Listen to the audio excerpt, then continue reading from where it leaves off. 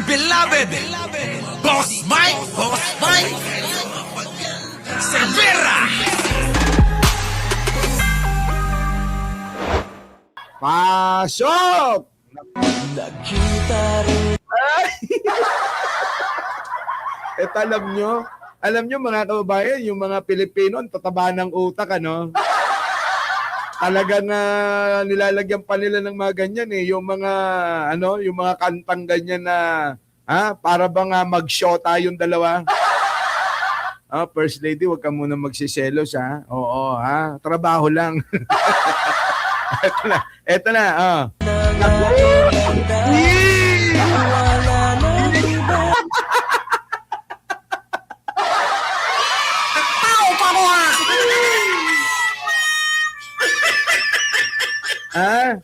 Trabaho lang. Sabi ni Beno Official Vlog, bagay sila. Mercy Obien, ha? Yeta Treñanes, palagay nyo. Meron ng background music eh. Nako, maka-copyright na naman tayo nito. Loyal ako sa Klabong Char. Eto na, pasok. Ikayo talaga. Pati si Attorney Claire, ini-issue nyo Eto na, wait lang ha. Eto na. Tingnan nyo ho, ang sweet nila. Alam nyo, hindi ho. Alam nyo, sa totoo lang, ginagawa lang ho natin na masaya. Pero sa totoo lang ho, dapat talaga tayong matuwa. Bakit ho kanyo? Yung pong dating mga magkakatunggali sa politika, yung po dating mga magkakaaway, yung po dating nagbabangayan, ngayon ho makikita nyo na nagtutulungan. Yung po yung punto ko rito, mga kababayan, na hindi ho makuha ng mga DDS eh. Palibasa mga kababayan, itong mga DDS, mga ito gusto away ng away eh. Gusto ba nila walang katahimikan, At saka mga kababayan iba. Iba yung mga ugali ng mga yan eh. Sabi, okay lang yan, wala namang asawa si Mayor. Si Talahib, Talahib. Ito na, yun yung punto, Yun yung punto, Clarita. Pasok. Akong hinihiling kundi kay pagmasdan. Ay, grabe naman yung kanta, mga kababayan ko. Alam nyo, nakikinita-kinita ko, inggit na inggit yung mga DDS dito. At sakit na sakit si Sara Duterte dito. Sa totoo lang mga kababayan, sakit na sakit si Sara Duterte dyan. Oy, mga kababayan ko, baka akala nyo, alam nyo naman ang pag-uugali ni Sara, di ba? Di ba, Annalyn? Makitang ganyan yan. Daig pa mga kababayan, ang pinagtaksilan.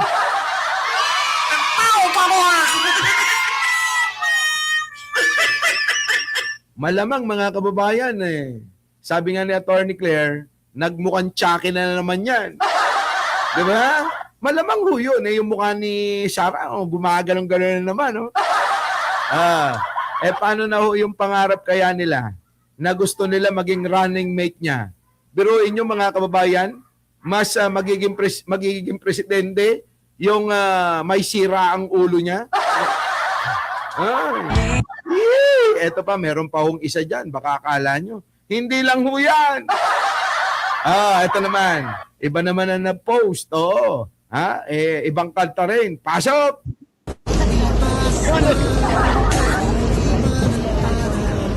Lumipas na ang kadiliman ng araw. Dapat talaga palipasin. Graciet, di ba? Di ba? Consuelo, di ba? Dapat pinalilipas, Marjo. Alangan naman na mabubuhay na lang tayo sa puro galit, ngit-ngit at inggit. Pag-uugali ng mga DDS yan. Yung may galit, ngit-ngit at inggit. Oo. Kulang na lang mga kababayan para bang nagbobulungan. Oo, parang mga nagde-date ba? Diyan po sa Esplanade. Ganyan na ganyan mga kababayan. Sabi, masakit talaga. Masakit yan, maniwala kayo.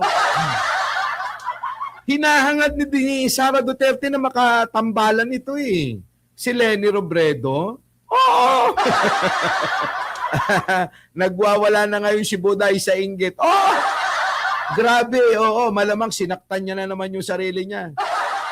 Oo. Sigurado yan mga kababayan, kaya huwag na kayong magtaka kung pag nakita nyo may benda na naman sa kamay yan. Aray ko. Hey, sumayet, Oh, ito na. Ibang klase ang utak ng mga kababayan natin eh. Oh.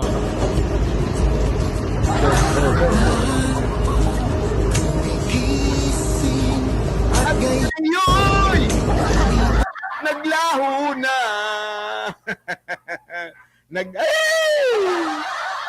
Alam nyo, ang pinakamasarap po sa pakiramdam ng isang lalaki, yung napapasaya, yung babae. Ay, kita nyo naman.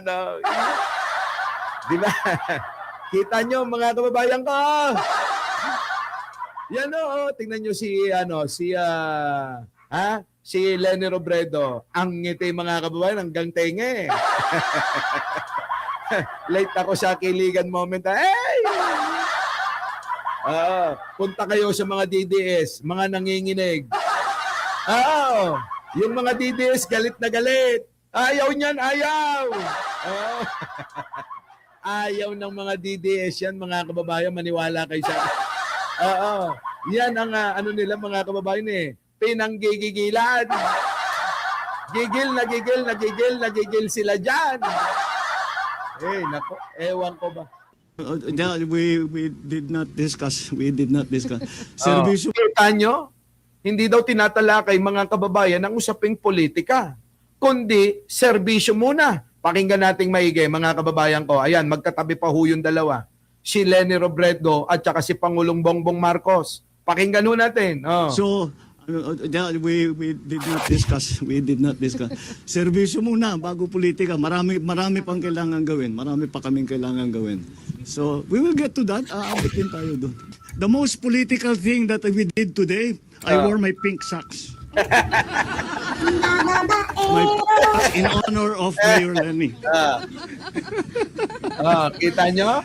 Ang sarap po pakinggan at ang sarap po makita na eto nga yung tulad ng sinabi ko kanina, na yung dalawang magkatunggali, eto ngayon, naghahalakhakan silang dalawa. Nagtatawanan silang dalawa. Pwede na nga natin sabihin mga kababayan na pinagtatawanan nila si Sara.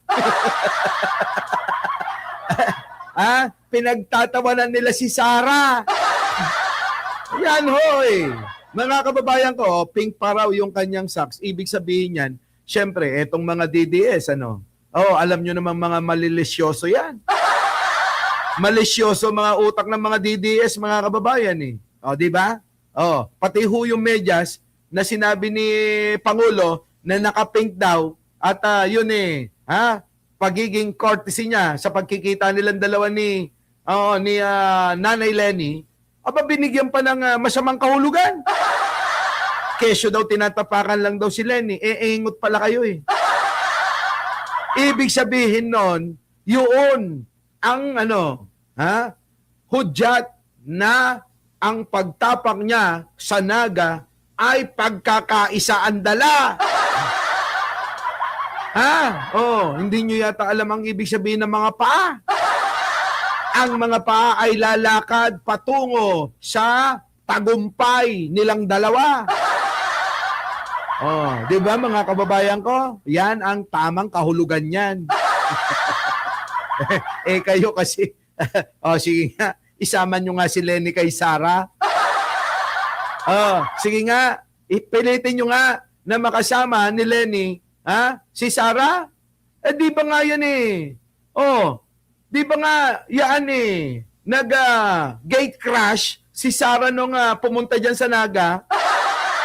Wala man lang paalam-paalam daw. O ano nangyari? Di napahiya. Di ba? Napahiya ho mga kababayan ko. Si Sara noon, napabalita na pinuntan daw niya si Lenny.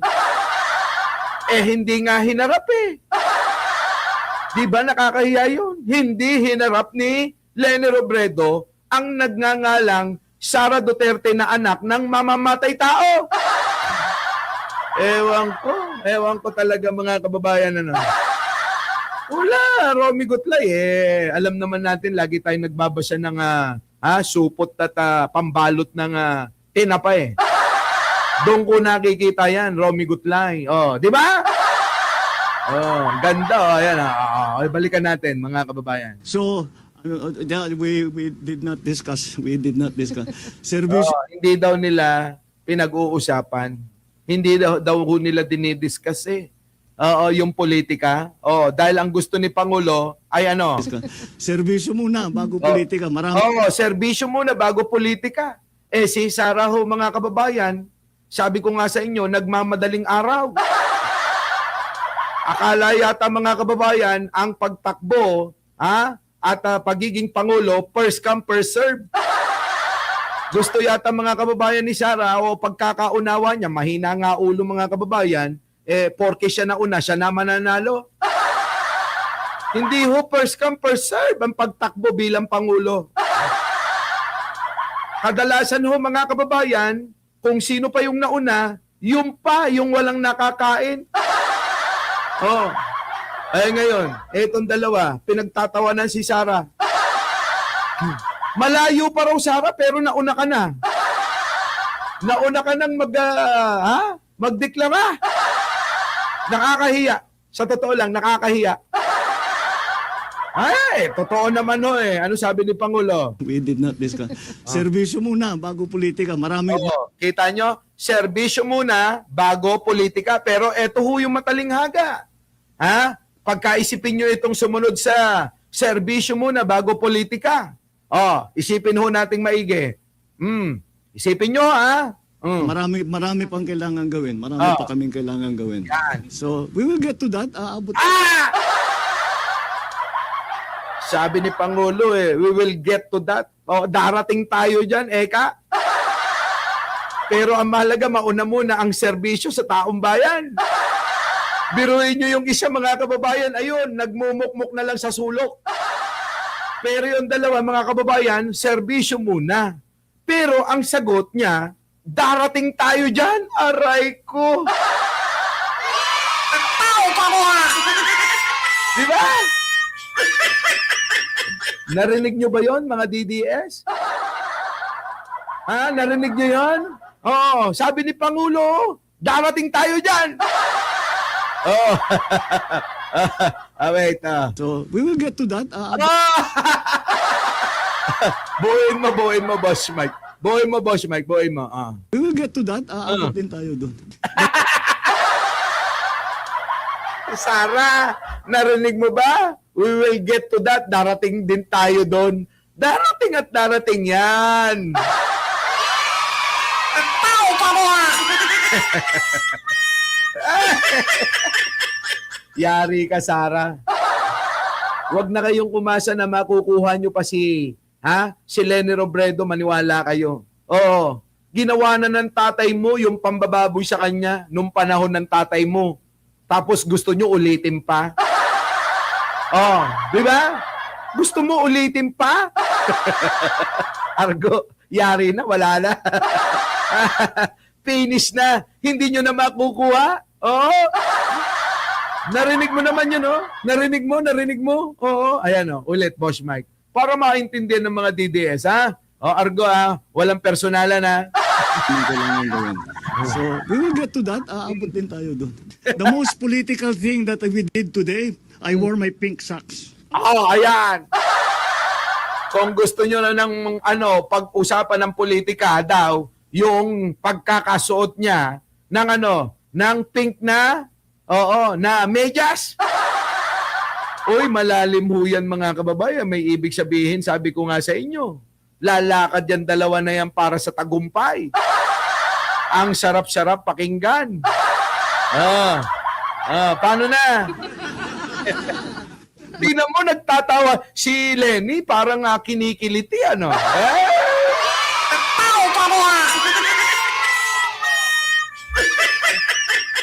Sabi ko sa inyo, ang pinakamahalaga sa babae, mapangiti ng lalaki.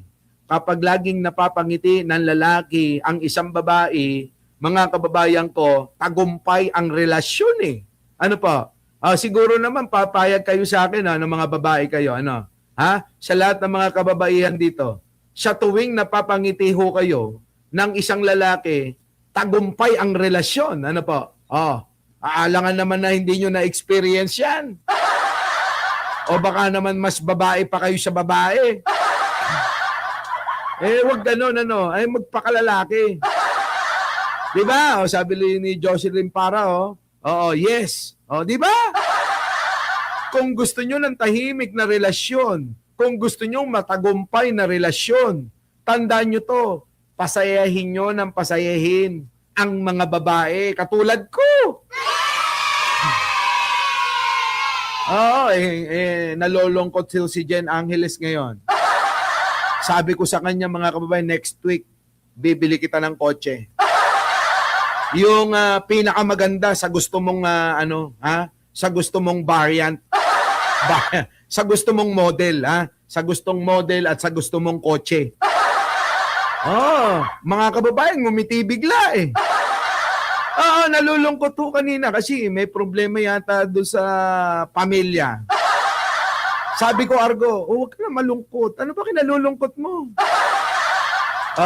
Yun, yung top of the line. Yan, yung top of the line ng model na yun. Klase ng kotse na yun. Ano? Yung top of the line. Sabi ko, ano bang gusto mo? Wala akong gusto. Wala! si Chris Ulo, nandyan ba? Oy, Chris Ulo, alagyan ka mag-live ka na. Sabi ko, mga kababayan oy, batiin nyo si Chris Ulo, ha? Oo, matampuhin yan. Wala hindi, ayaw yung destinator. Pinipilit ko nga sa kanya, sabi niya, malaki yan. Anong gusto mo? Sabi niya, gusto ko yung yung Toyota Cross. Putik, mga kababayan, lagas na naman ang kulang-kulang 2 milyon. Sabi ko, ano bang gusto mo? Wala akong gusto. Bakit kaya ako ganyan lagi nakasimangot? Ayaw kitang nakasimangot lagi. Hindi ka kasali rito. Hindi nandito ako, kaya kasali ko. Sige, next week, ibibili kita ng kotse. Ano bang gusto mo? Ngumiti bigla, mga kababayan ko eh. Ganon, dapat pasasayin nyo kahit hindi naman totoo.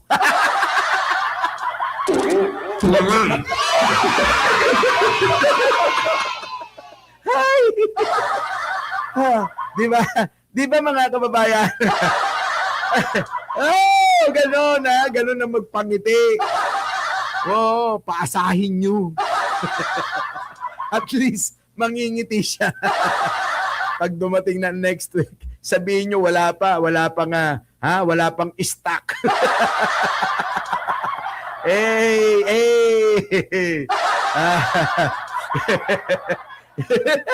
Hindi.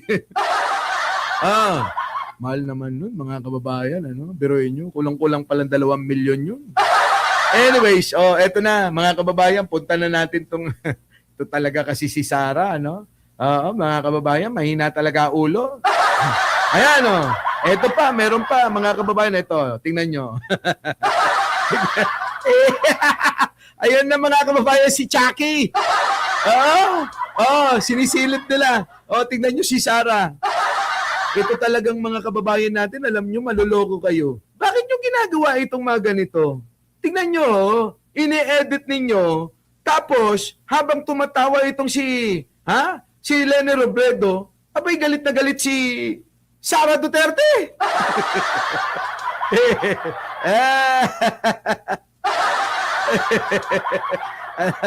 Oy, Chris Ulo, mag-live ka na, hayop ka. Ay, nako. Ayan tignan nyo.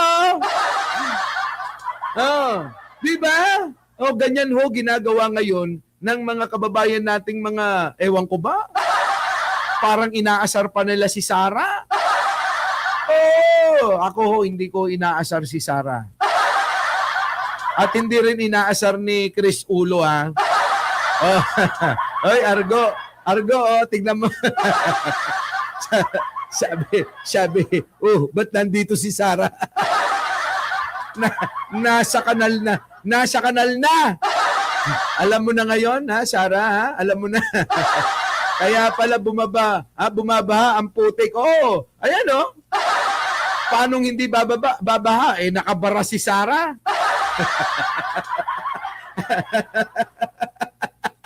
Wala na. Diretso sa imburnal si Sara. Pag etong dalawa talaga, mga kababayan ko, ayan, maliwanag naman, sinagot na nila. Hindi pa ho na pag-uusapan ang politika. Dahil ang pinag-uusapan nila, magsilbi muna sa bayan. Samantalang yung isa, binigyan na ng partida. Binigyan na ho ng partida si Sara. Mauna ka na, Sara. Parang sinasabi ng dalawa, sige na, Sara, mangampanya ka na. Mga kababayan ko, tingnan nyo. Tingnan nyo, ha. Tingnan nyo, mga kababayan ko, ha. May sumama ba kay Sara? Wala akong sumama kay Sara, mga kababayan. Our beloved Boss Mike Cervera.